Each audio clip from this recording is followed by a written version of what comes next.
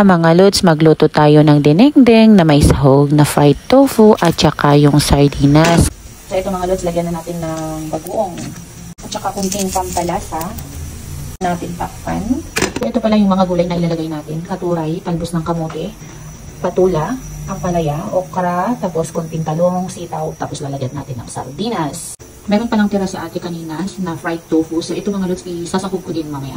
So ito mga lods, kumukulo na siya. So ilagay na natin itong mga gulay. Talong, okra, sitaw, at yung patula. Itong ampalayang pala mga lods, mamaya ko to ilagay para hindi mapait yung dinengdeng natin. So ito pa lang yung isasahog natin.